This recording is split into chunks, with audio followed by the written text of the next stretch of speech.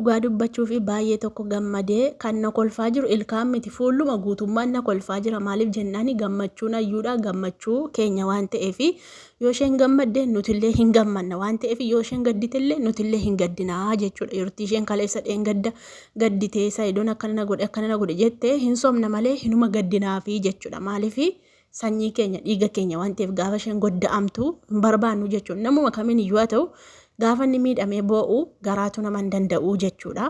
Ayyuu ko bareeddu keekii rabbiin si haa milkeessu rabbiin waan itti yaadde siif haa kennu rabbiin akka itti yaaddetti akka itti tassaabbattetti siif haa kennu rabbiin yaadaaf muraada kee siif haa guutu otuu itti hin dhiphatin otuu itti yaadda'in rabbiin ofiisaatii yaadee waan yaada isaatii siif haa kennu waan kan keetii kanatu siif ta'a jedhe rabbiin siif haa kennu hin jedha.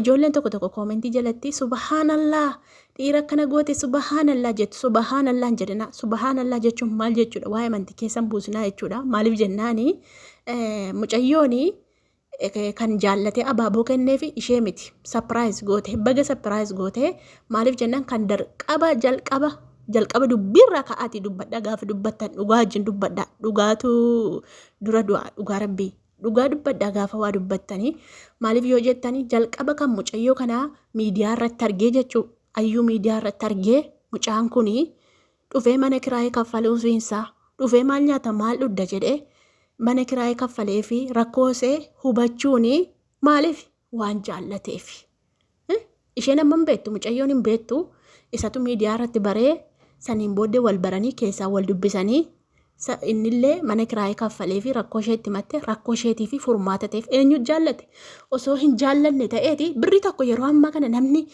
mana kiraayee nama tokko rakkate birrii ji'a tokko kaffaladhu jedhu namni jira namni hin jiru jechuudha rakkoo ishee hubateera yoo rabbiin Saayidoonii itti adda baasee mucayyoon kun kan kooti kan jedhamu maallaqa sana itti baasee jechuudha amma isin maal jettanii isitu jaalala gaafa taasise abaaboo kennaa fi isasii kennuu qaba malee jettanii sapiraayis goote.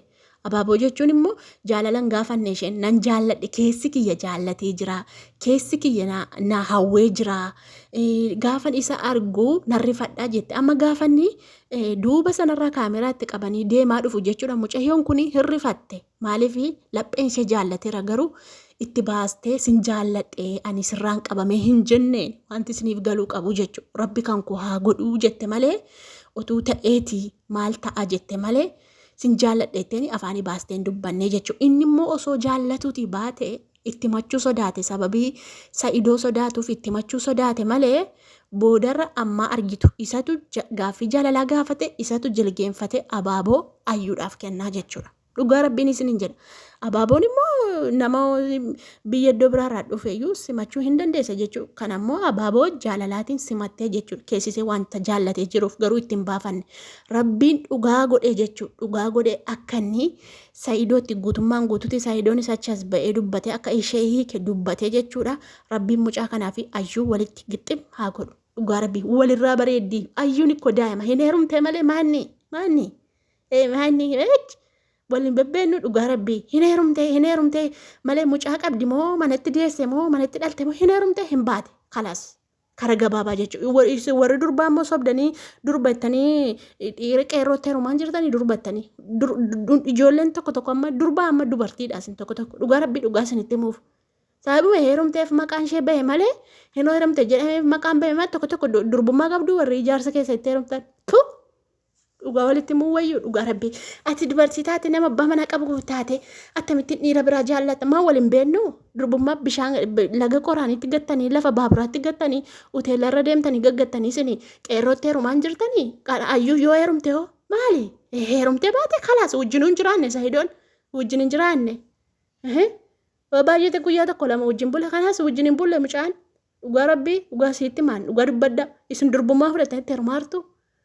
Abbaallee laatanii heerumaan jirtanii kanaafuu jennaan heerumtu isheedhaa ta'eennan rabbiin dhugaa godhuuf kan bichaa barbaadu dhugaa rabbii gammachuusee malee gadda isheen barbaadu deemtanii qalbii isheen cabsinaa subhaanallah sanummoo sidiimata subhaanallah akkana ayyuu akkana akkasin jedhinaanii waan barbaadde haa gootu waan sammuu si ajaje haa gootu haa jiraattu haa dalagattu maal isin gashee jala deemtanii sammuu ishee cabsitan sammuu isheen cabsinaa dhugaa rabbii mucaan bareeddi koo daa'imadha koo harmi qofatti hin baane kutaa ayyuun daa'ima bar kutaa kudhan baratti Barana kutaa kudhan baratti xumurtee barin beektanii isin daa'ima bar isa wajjaan guddate sammuu guddaa rabbi kenneef.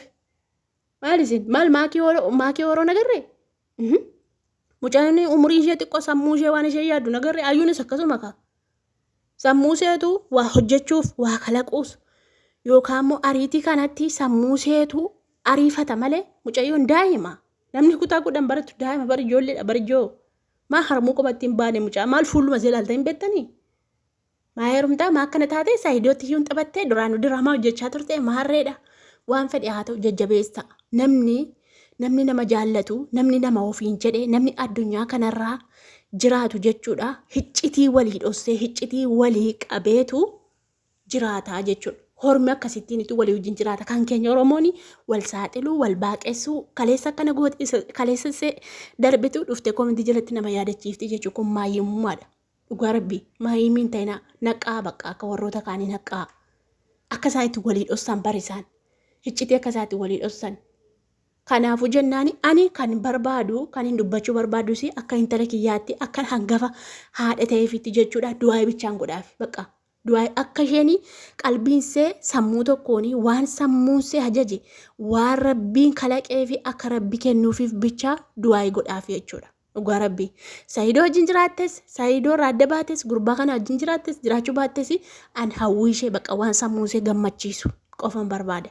Dhugaa rabbii akka nama tokkotti jechuudha. Namni kamiiniyyuu gadduun barbaadu. Namni kamiiniyyuu miidhamuu hin barbaadu jechuudha. Firii taatee jiraattu daa'ima ijoolleedha. Yeroo seeti bakka. Yeroo qabdu keessatti bashannantee waan barbaadde gootee waan barbaadde dhiistee jiraachuu hin dandeessi jechuudha. Nama na cuucuun barbaadina gannama qabuun barbaadina dhugaa rabbii haa jiraattu daa'ima haa guddattu ganaa guddatteefu ganaa barattee ganaa isa geessi ayyuun dhugaa rabbii. Kanaafuu jennaan ayyuu koo gurbaan kun suuta si gaafata. Suuta itti siqaa deemi hin bareeda wallaahi waan namni miidiyaarra jiru immoo waan nama ganuun qabu namni gurbaan immoo waan achi jedhee dubartii waan ilaalu natti hin fakkaatu dhugaa rabbi baay'ee bareeda baay'ee amala qaba har'uman hin argine tiktok irrattis hin argine feesbuuk irrattis hin argine har'uman arge mana ayyuutti kanaafuu jabeeffadhu. Naam maama dagiigaa. Sheexana mana kanaan na waamaara. Sagalee koo dhageesse dhagaasee godhu heduu laata. Kanaafuu ayyuu kiyya jabeeffadhu rabbiin si haa jabeessu rabbiin si haa gargaaru rabbiin si haa milkeessu. Waan yaadde rabbiin siif haa guutu siin jedhan talatii yaa dhugaa rabbii hedduu tokko natti tole hedduu tokko na gammachiise. Suutaan itti siqaa deemiti suutaan haasama keessa niyyuu saayidoon irraa adda bahee dhageenyaan saayidoon bahee dubbatee jennaani inni gaaffii jaalalaa siif dhiyeessa waan ta'eef ati jabaadhuuti of qabi itti sessiqirraan fagaatinii waan ta'eef viidiyoolee mana isaattis hojjedhaa sheerii nu godhi yuutuuba isaa sheerii nu godhin daawwannaa ofiillee mana isaattis argamaatii hojjedhaa jaalala keessan jabeeffadhaa suutuma seeta walitti siqaa deemtu amma kaatanii amma miti waan ta'eef suuta keessa waa barachaa deemta waan ta'eef rabbi si haa jabeessuun jedha maali jaartitti mana kanaan na qabe attamitti muntaloo mucaa kanaa eebbisaa waan gammadeen dhufeen seenoo wannoo kana keessatti ajjeeftee dhugaa rabbii. Naam maama maali jaartiin nagaan qabdu ati maama eesh maama shaahii tayyib biyyeen si haa dhugoon jedhee abaarsa qoyna gubdaa amma gaansi biraa gale maashadhaa akkatti biidoo dala gudda ba'een sagalee jalaa balleessee dhugaa rabbii dhibba na waamte 55 na qortan nan gammadee mana keessa fiigaa hangiifti ko maal haadhoo maa jaartitti na gubdee ati maal kun ijoo na rakkiftee jaartii mana kanaa maal giifti qote yeroo sadii duddaa hin jedheen shaayii guyyaatti yeroo meeqa duddaati galgala waan dudduu guyyaatti yeroo 5 dhuddi biyya yeroo sadii dhugaa maanu yeroo tokko dhugaa abbaatiin agamsiifte kun isa idoorraa hojjedheen nan sobdamu maallaan jettanii sobaaf dhugaa kiyya biidoon isinii fidee isinii maxxansana argitu miti too haadha kooti yoon biidoo isinii fidee isinii salphisin hinaaftu mortoonni